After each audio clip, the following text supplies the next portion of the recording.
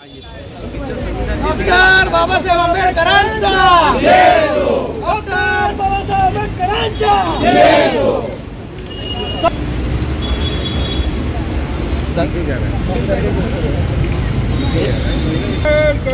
इकडे बघा. 75 वर्ष आज पूर्ण झाली.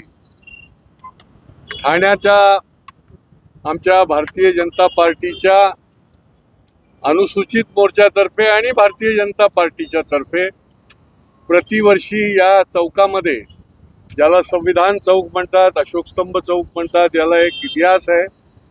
या ऐतिहासिक चौकामध्ये संविधानाचं आम्ही वाचन करतो.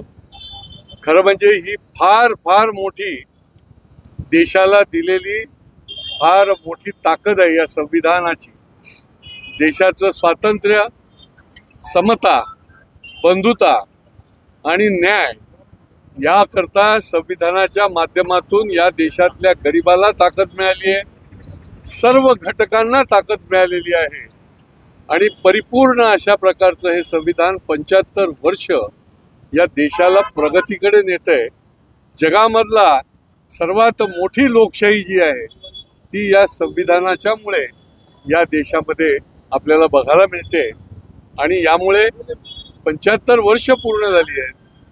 आणि पुढच्या काळामध्ये भारतीय जनता पार्टीचा हा संकल्प पण आहे ठाण्यामध्ये की या संविधानाला 75 वर्ष पूर्ण झाल्याबद्दल पूर्ण वर्षभर या संविधानाच्या निमित्ताने काम आणि कार्यक्रम करणे. संविधान हे कोणीही बदलू शकत नाही आणि त्याच्यासंबंधी कोणी अशा प्रकारचं भाष्य करणं हे देखील खरं म्हणजे उचित नाही. आणि त्याच्यामुळे ही संविधानाची पूजा आहे आणि ही पूजा दैनंदिन रोज करणं हे देखील प्रत्येक भारतीयाचं कर्तव्य आहे असं मला वाटतं. निश्चितपणे या देशामधल्या लोकांच्या मनामध्ये याविषयी आदर आणि आत्मीयता आहे.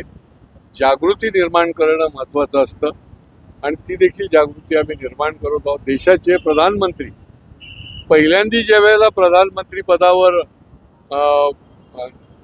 ते खुर्चीत बसले त्यावेळेला संसदेच्या पायरीला नमस्कार करून, डोकं टेकून, संविधानाच्या प्रतीची पूजा करून त्यांनी देशाच्या नागरिकांना आश्वस्त केलं, विश्वस्त केलं की या संविधानाला समोर ठेवून मी देश चालवेल.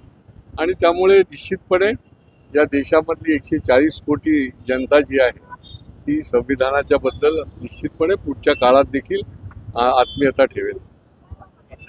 परमपूज्य भारतरत्न डॉक्टर बाबासाहेब आंबेडकर यांनी जे संविधान 26 नोव्हेंबरला आज केंद्र सरकारला सबमिट केला होता. 26 नोव्हेंबरला मी सर्वप्रथम संविधान दिवसानिमित्त सर्व देशाच्या नागरिकांना, शहराच्या नागरिकांना हार्दिक शुभेच्छा देतो. जे संविधान माननीय पंतप्रधान मोदीजींनी जे आम्हाला माहीत नव्हतं जेव्हापासून ते मुख्य प्राईम मिनिस्टर झाले 2014 त्यानंतर 26 नोव्हेंबरला कंपल्सरी प्रत्येक या ठिकाणी संविधान दिवस करायचा असा आदेश सर्व डिपार्टमेंटने दिला, शासकीय, निमशासकीय आणि आम्ही कार्यकर्त्यांना. म्हणून आज आम्ही संविधान दिवस फार ताकदीने आम्ही बनवत आहोत.